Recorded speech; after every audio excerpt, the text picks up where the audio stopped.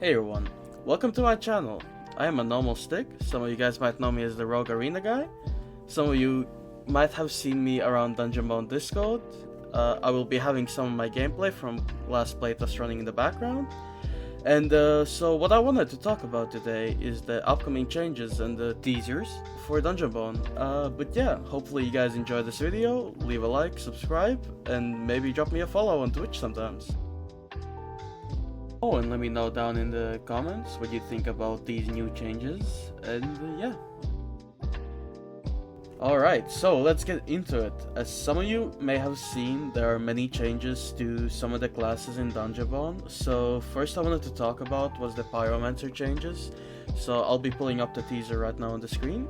So there are new weapons. By the looks of it, there's a new kind of ball which sends like a fire beam type of thing. And also a sword that can you like slash an ice type of thing towards your enemy.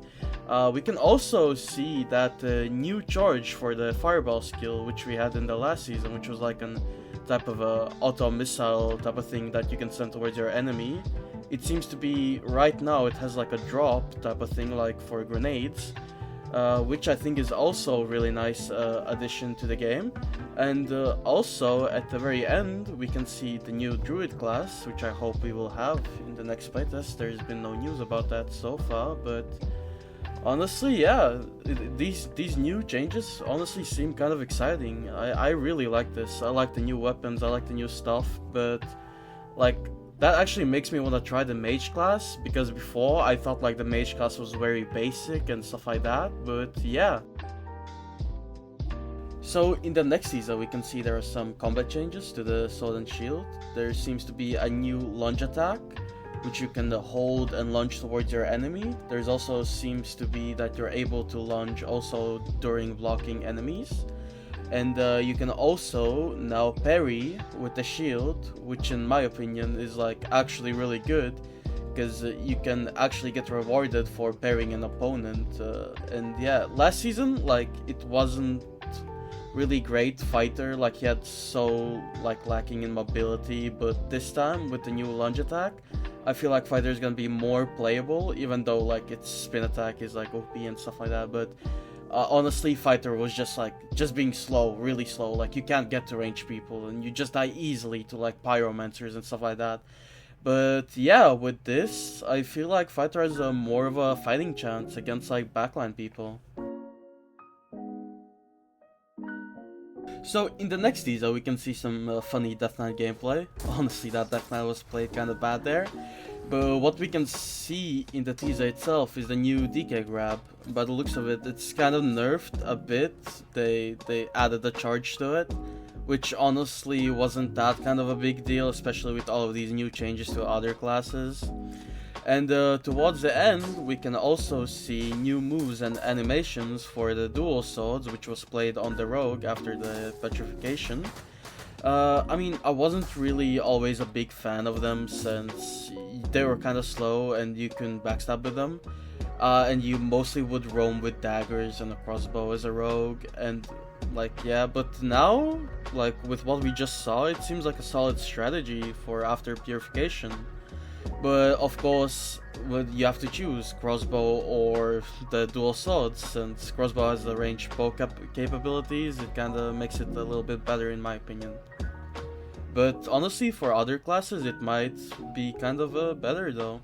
Yeah. So, in the next teaser we can see Priest with its new changes. We can also see that Priest's heal ability has been changed into an area effect type of spell, which heals and damages enemies in its radius. Before we had so it would be like it only heals the person you're aiming at.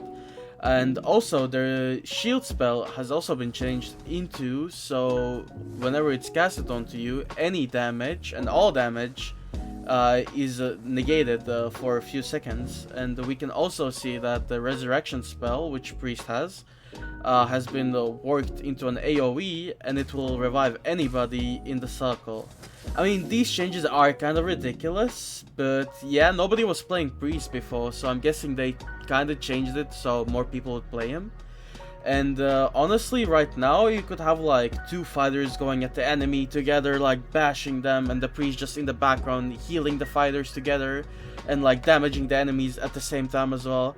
I mean, yeah, I guess it is kind of broken, and there's also the resurrection where you can res both of the fighters if they die. I mean, I guess there's a, yeah, it's kind of broken, but they did have to change priest quite a bit to get more people playing him. Since it was kind of really bad last playtest, you could rarely see any of them. But honestly, yeah, this might kind of be broken, especially in Arena. And the last teaser I wanted to talk about was the change in PvE. It is kind of cool to see the limbs fall off from skellies depending on where you hit them. You could probably have like crawling skellies trying to nibble your feet or so.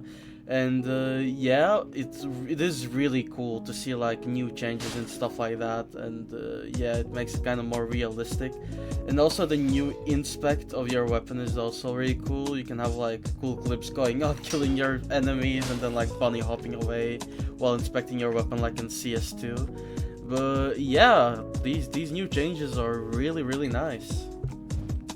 And I also wanted to mention about the new stuff that we will be seeing, which are like the new type of affixes and set bonus affixes we will have on our gear.